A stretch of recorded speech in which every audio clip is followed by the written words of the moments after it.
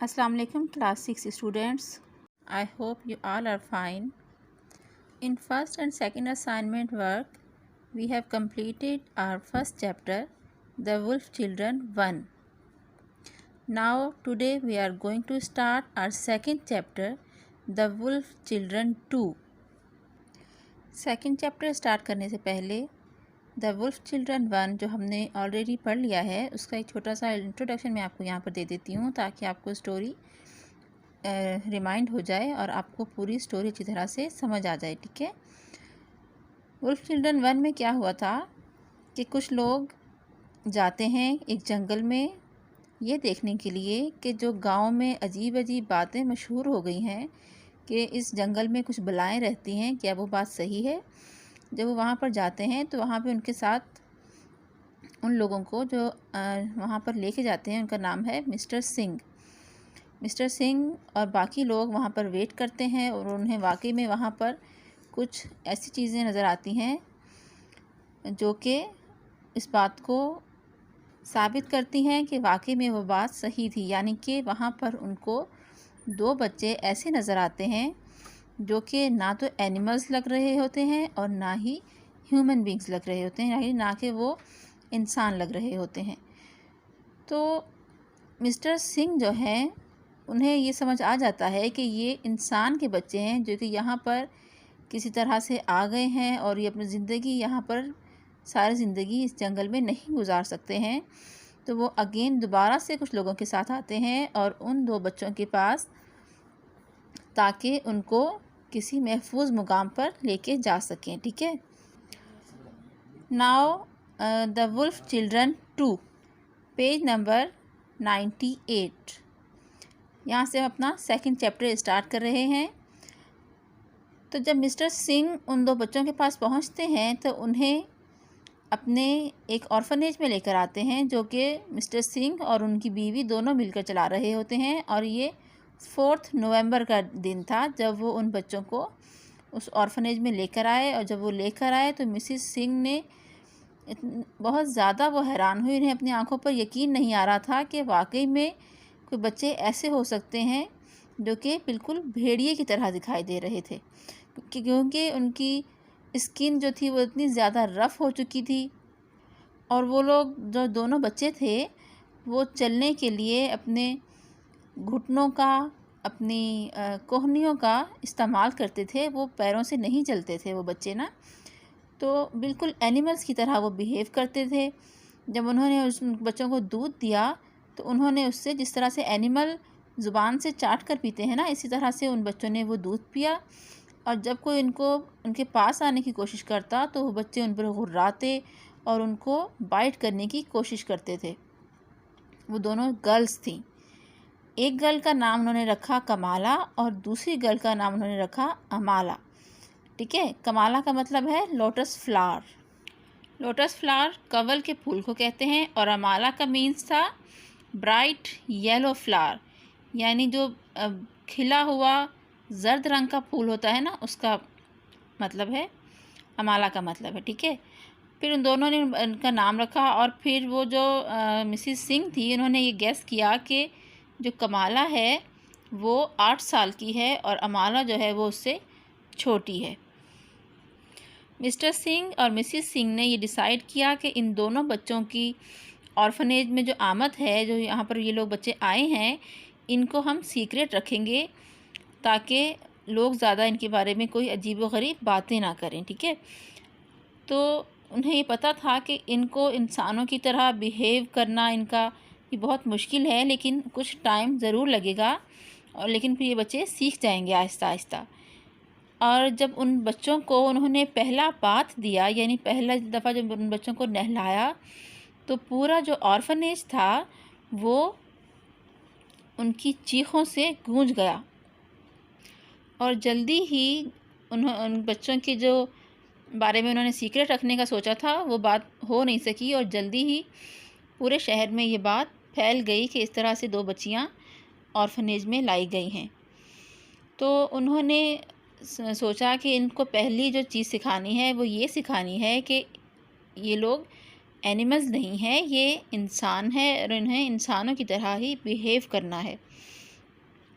लेकिन कई हफ्ते गुजर गए, वो ना बच्चों के साथ खेलती थी, ना ही सही तरह से उनके साथ खाती पीती थी। सारा दिन एक कोने में बैठी रहती थी और जब रात का टाइम होता था तो वो एक्टिव हो जाती थी। जिस तरह से वुल्फ रात के टाइम एक्टिव होते हैं ना, इसी तरह से वो रात के टाइम एक्टिव हो जाती थी और वहाँ से बाहर निकलने की कोशिश करती थी। वो जिस तरह से जंगल के जानवर कच्चा गोश्त खाते हैं और पानी वगैरह जिस तरह से पीते हैं, उसी तरह से वो कच्चा गोश्त खाती थी। जब मिसिस सिंह ने उन्हें खिलौने दिए खेलने के लिए, टॉयज़, तो उन्होंने टॉयज़ के साथ ऐसा सलूक किया जैसे वो कोई हड्डियाँ चबा रही हैं। उन्होंने उन टॉयज़ को इस तरह से चबाया जैसे कोई हड्डियाँ चबा रही हैं। फिर एक दिन दोनों लड़कियां अचानक से बहुत बीमार हो गईं और जो छोटी वाली लड़की थी जिसका नाम उन्होंने अमाला रखा था, वो 21 सितंबर 1921 को उसकी डेथ हो गई। ठीक है, तो उसकी जब डेथ हुई तो जो कमाला थी वो थोड़ी बड़ी थी उससे, और वो उसको उससे मतलब ये बर्दाश्त नहीं हो रहा था कि अमाला कहाँ चली गई, और वो उसे ढूंढती रहती थी, उसकी स्मेल सूंघती रहती थी कि किसी तरह से उसे वो अमाला मिल जाए। अमाला की डेथ के बाद कमाला मिसिस सिंह से आहिस्ता आहिस्ता उनके साथ अटैच होती गई, और जो थी मिसिस सिंह, उन्होंने उसे इंसानों की तरह खाना भी सिखाया, और उसने जब पहली दफ़ा इंसानों वाली आवाज़ निकाली तो वो बहुत ज़्यादा खुश हुई। वो उसकी जो टांगें थी बहुत ज़्यादा पतली पतली सी थी, क्योंकि वो टांगों से चलती नहीं थी, तो उन्होंने उसकी मालिश की टांगों की, ताकि उसकी टांगें सीधी हो जाएं और उन टांगों से वो चलना शुरू करे। फिर कुछ महीनों के बाद वो अपनी टांगों से चलना शुरू हो गई। ये 1922 की बात है। ठीक है, 1921 में अमाला की डेथ हुई थी और 1922 में जो कमाला थी वो अपनी टांगों से चलना शुरू हो गई थी, अपने पैरों से। ठीक है, फिर मिसिस सिंह ने उसे बोलना सिखाया, और 1929 में अमाला को तकरीबन 50 अल्फाज उसने सीख लिए थे जो वो बोलती थी। फिर एक दिन मिसिस सिंह जो थी, उन्हें कहीं जाना पड़ा क्योंकि उनकी कोई आंटी बीमार थी, और वो वहाँ से चली गई कुछ हफ्तों के लिए। तो कमाला जो थी वो बहुत ज़्यादा उन्हें मिस कर रही थी, और फिर से वो अकेली रहने लग गई, किसी से बातचीत नहीं करती थी, खाना भी नहीं खाती थी। और जब वो मिसिस सिंह वापस लौट कर आई तो किसी ने उसको, ऑर्फनेज में से किसी बच्चे ने उसे बहुत ज़ोर से चिल्ला कर कहा कि कमाला जल्दी आओ, अम्मी वापस आ गई हैं। तो ये जो उसने कहा तो कमाला जो थी वो भागती हुई मिसिस सिंह के पास आई और उनके साथ लिपट गई, यानी कि वो उनसे बहुत ज़्यादा अटैच हो गई थी मिसिस सिंह के साथ। और फिर कमाला जो थी वो भी अमाला की तरह बहुत शदीद बीमार हुई, और 14 नवंबर 1929 को उसकी डेथ हो गई, कमाला की भी। उसी तरह से जैसे अमाला की डेथ हुई थी, अमाला की भी किडनीज़ फेल हुई थी और उसकी डेथ हो गई थी, और कमाला की भी किडनीज़ फेल हो गई और उसकी डेथ हो गई। और मिसिस सिंह, मिस्टर सिंह और पूरा ऑर्फनेज बहुत ज़्यादा दुखी और उदास हो गया उसकी डेथ से। चैप्टर हमारा कंप्लीट हो गया है। अब हम कुछ डिफ़िकल्ट वर्ड्स पढ़ते हैं इसमें से। ठीक है, ऑर्फनेज। ऑर्फनेज क्या होता है? ऐसी जगह जहाँ पर यतीम बच्चों को रखा जाता है, वो बच्चे जिनके पेरेंट्स नहीं होते हैं। ठीक है। ग्रोल्ड मीन्स हुर्राना। स्नैप्ड मीन्स बाइट करना, बाइट करने की कोशिश करना। मिरेकल मीन्स मोज़ा। डेलिब्रेटली, जानबूझकर। पेशेंस, सब्र। काइंडनेस, मेहरबान। डिलाइट, खुश होना। रिफ्यूज्ड, इनकार करना। मोर्न्ड, अफसोस करना, यानी जब उसकी डेथ हो गई तो उन्हें बहुत ज़्यादा अफसोस हुआ, बहुत ज़्यादा उन्हें दुख हुआ। ठीक है, ये हमारा चैप्टर कंप्लीट हो गया है। अब हम आते हैं अपने थर्ड असाइनमेंट की तरफ। यहाँ पे देखिए हमारा सेकंड चैप्टर स्टार्ट हो गया है, द वुल्फ चिल्ड्रन 2। आप इसका टाइटल पेज बनाएंगे द वुल्फ चिल्ड्रन 2 का, एंड देन आप नेक्स्ट पेज पर वर्ड्स मीनिंग लिखेंगे। ठीक है, फर्स्ट वर्ड है हमारा ग्रेजुअली। ग्रेजुअली मीन्स स्लोली, यानी आहिस्ता आहिस्ता। सेकंड है ग्रीट, ग्रीट मीन्स वेलकम, किसी को खुशामदीद कहना। Number 3 lap up, lap up means drink with tongue, यानी ज़ुबान से चाट कर पीना। स्निफ, स्निफ कहते हैं इनहेल ब्रीथ थ्रू नोज़, यानी सूंघना, नाक से जो सूंघते हैं ना उसे स्निफ कहते हैं। डेलिब्रेटली, डेलिब्रेटली मीन्स इंटेंशनली, जानबूझकर। सेकंड वर्क है हमारा exercise A2 page number 101, fill in the blanks. Words meaning के बाद नेक्स्ट पेज से आप fill in the blanks start करेंगे। फर्स्ट सेंटेंस है हमारा When Mrs. Singh first saw the wolf children, she could hardly dash. जब पहली दफ़ा मिसिस सिंह ने उन वुल्फ चिल्ड्रन को देखा तो उन्हें कैसा हुआ, उन्हें अपनी आंखों पर यकीन नहीं आया। She could hardly believe her eyes. उन्हें अपनी आंखों पर यकीन करना मुश्किल हो गया। सेकंड सेंटेंस है For the two girls, it was more natural to behave like wolves. यानी उन दोनों गर्ल्स के लिए क्या चीज़ नेचुरल थी, ब्लैंक में हमने लिखा behave like Wolves.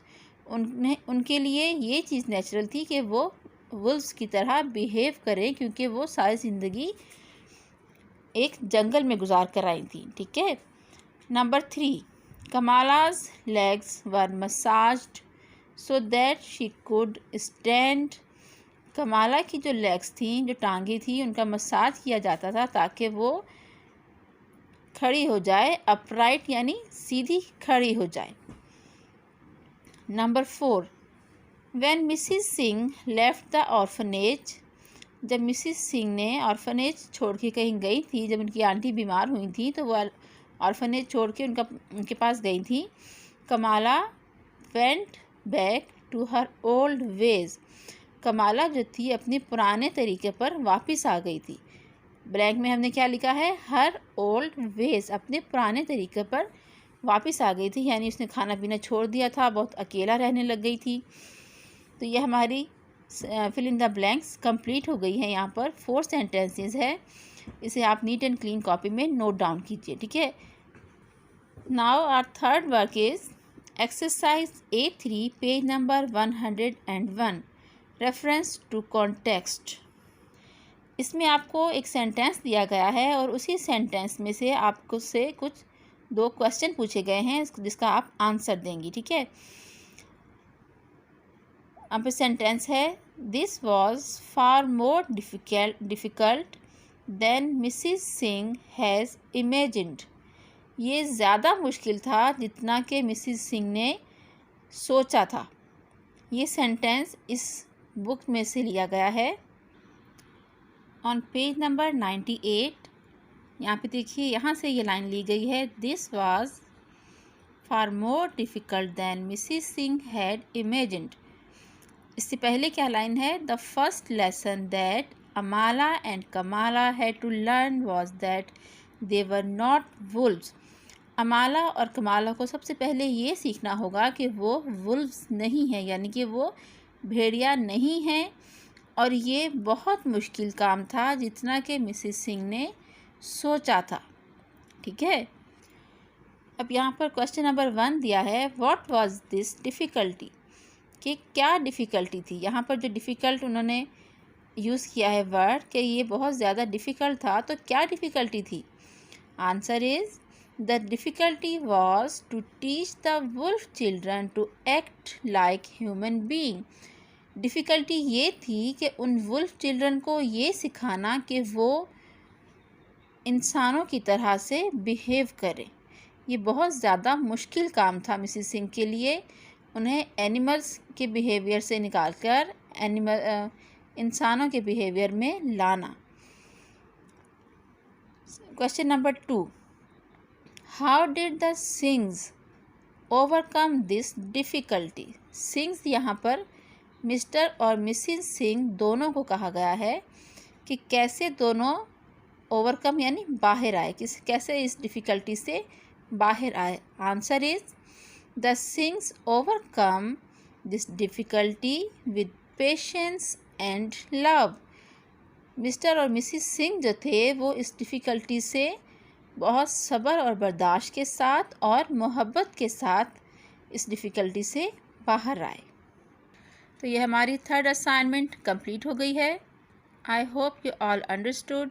Take care class 6। अल्लाह हाफिज़।